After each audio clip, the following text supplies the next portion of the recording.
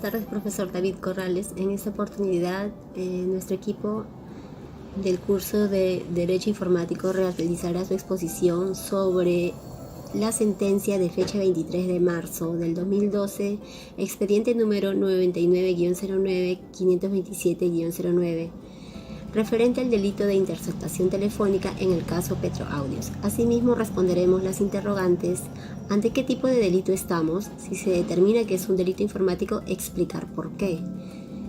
¿Es posible la aplicación de la teoría del fruto envenenado? ¿Quién o quiénes podrían argumentar esta teoría? Realice un breve análisis. Y por último, si usted fuera el juez a cargo del caso, ¿cuál sería el fallo? Argumente su respuesta.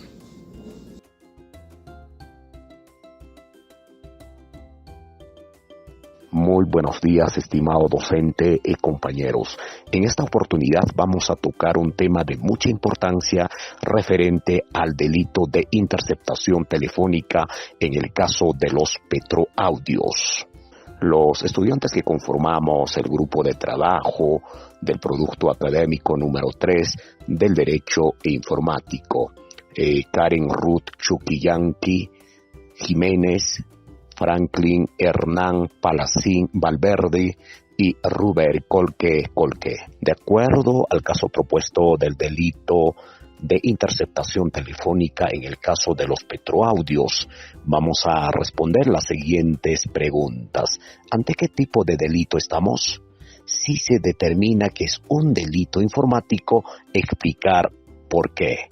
El delito de interceptación telefónica, conforme a la redacción normativa definida bajo los contornos legales del artículo 162 de la Constitución Política del Perú, el que indebidamente infiere o escucha una conversación telefónica o similar será reprimido con una pena preventiva de libertad no menor de 1 ni mayor de 3 años. El tipo legal lo que tutela es el secreto de las comunicaciones privadas, esto es aquella esfera íntima del sujeto pasivo. Según la ley del delito informático, ley número 30096, modificado por el artículo 1 de la ley número 30171, indica, artículo 2, acceso lícito, el que deliberada e ilegítimamente accede a todo o en parte de un sistema informático, siempre que se realice con vulneración de medidas de seguridad establecidas para impedirlo. De acuerdo al artículo 7, interceptación de datos informáticos, en donde indica, además de ser un delito contra la libertad en su modalidad de violación del secreto de las comunicaciones. Interceptación telefónica es también un delito informático. Muchas gracias, estimado docente y compañeros. A continuación paso a mi compañero Franklin para que continúe con la exposición. Respecto a la pregunta número 2, sobre si es posible o no la aplicación de la teoría del fruto del árbol envenenado, debemos partir conceptualizando, pues esta teoría quiere decir que cuando se obtiene una o varias pruebas de manera ilícita, estas y todo lo que deriva de ella no tendrá relevancia jurídica. Entonces, en este caso específico de los Petroaudios, notamos claramente que se puede aplicar esta teoría, ya que la obtención de los audios realizada por la empresa Business Track fue hecha de manera ilegal, violando derechos fundamentales, establecidas en la Constitución Política del Perú en su artículo 2, respecto a la violación del secreto de las comunicaciones.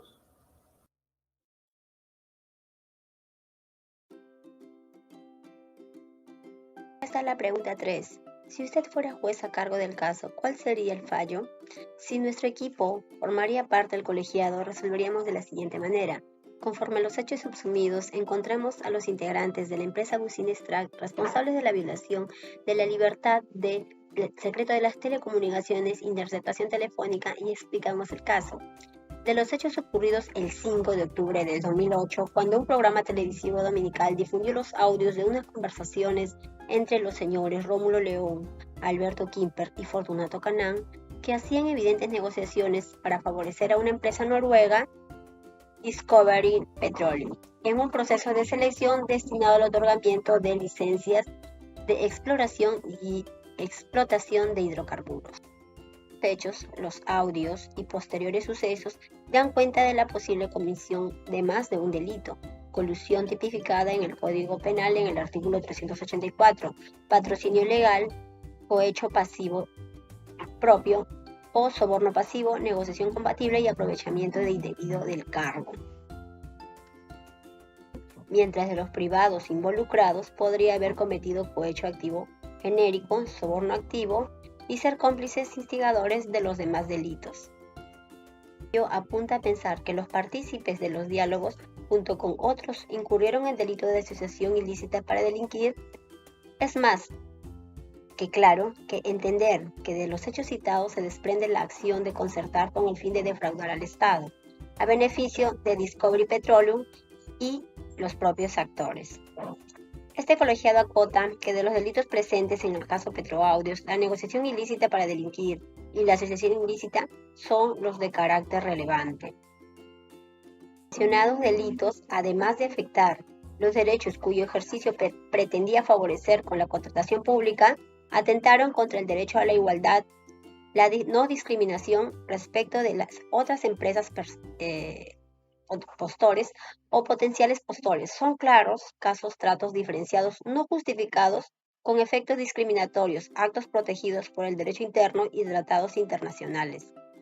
Por esto resaltamos que todo este despliegue desencadenante de delito tras delito tiene como marco general delictuoso la infracción del artículo 162 del Código Penal, entendido en delitos informáticos como interceptación telefónica. El que indebidamente interfiere o escuche una conversación telefónica o similar será reprimido con pena privativa de libertad no menor de 3 ni mayor de 6 años, como indica la norma. Según los hechos que desprende del expediente, los imputados manipulaban, comercializaban información sustraída de forma ilícita, con implemento de uso de la Marina, diseñados para sustraer información telefónica. Hechos que se enmarcan en los articulados 2, 6 y 7 de la Ley de los Delitos Informáticos.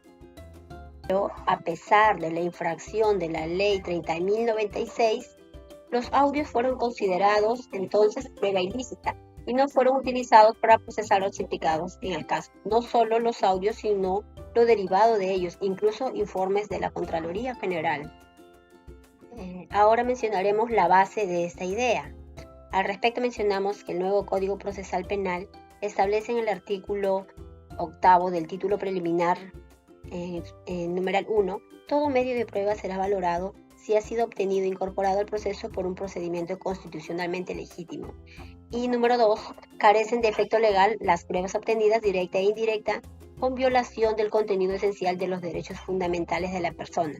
De igual forma, el artículo 159 de ese mismo libro especifica que el juez no podrá juzgar, utilizar directa e indirectamente las fuentes o medios de prueba obtenidos con vulneración del contenido esencial de los derechos fundamentales de la persona, así como el inciso 10 del artículo 2 de la Constitución Política del Perú, que establece que toda persona tiene derecho al secreto y a la inviolabilidad de sus comunicaciones y documentos privados.